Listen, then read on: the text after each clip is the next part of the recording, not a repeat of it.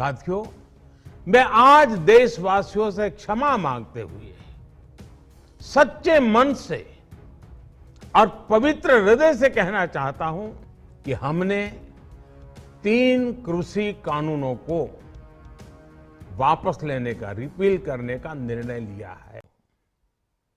साथियों, हमारी सरकार किसानों के कल्याण के लिए, खासकर छोटे किसानों के कल्याण के लिए, देश के कृषि जगत के हित में, देश के हित में, गांव गरीब के उज्जवल भविष्य के लिए पूरी सत्यनिष्ठा से, किसानों के प्रति पूर्ण समर्पण भाव से,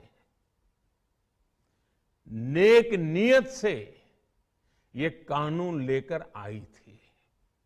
लेकिन इतनी पवित्र बात, पूर्ण रूप से शुद्ध किसानों के हित की बात, हम अपने प्रयासों के बावजूद कुछ किसानों को समझा नहीं पाए।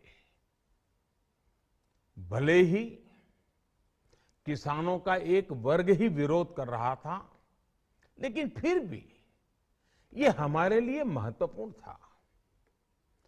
कृषि अर्थशास्त्रियों ने, वैज्ञानिकों ने, प्रगतिशील किसानों ने भी उन्हें कृषि कानूनों के महत्व को समझाने का भरपूर प्रयास भी किया।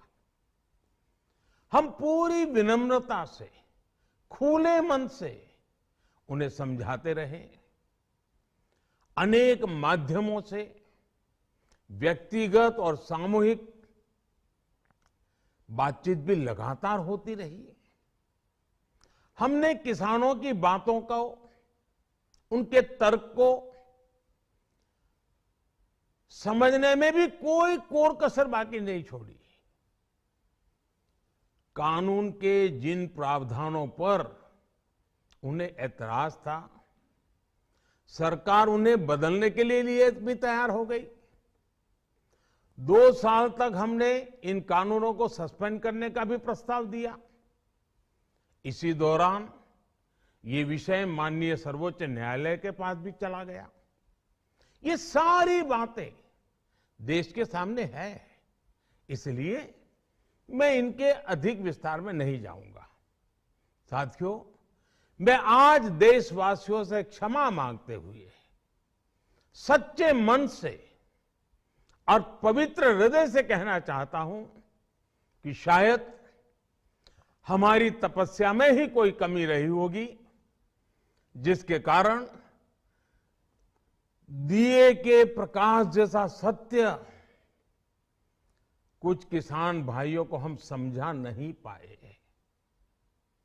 आज गुरु नानक देव जी का पवित्र प्रकाश पर्व है। ये समय किसी को भी दोष देने का नहीं है।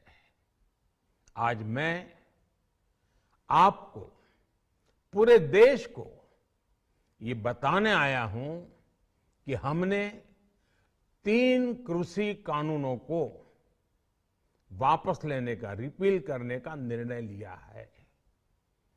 इस महीने के अंत में शुरू होने जा रहे संसद सत्र में, इसी महीने में, हम 3 कृषि कानूनों को रिपील करने की संवैधानिक प्रक्रिया को पूरा कर देंगे। साथियों, मैं आज अपने सभी आंदोलनरत किसान साथियों से आग्रह कर रहा हूं, आज गुरु पर्व का पवित्र दिन है। अब आप अपने अपने घर लौटे, अपने खेत में लौटे, अपने परिवार के बीच लौटे। आइए एक नई शुरुआत करते हैं, नए सिरे से आगे बढ़ते हैं।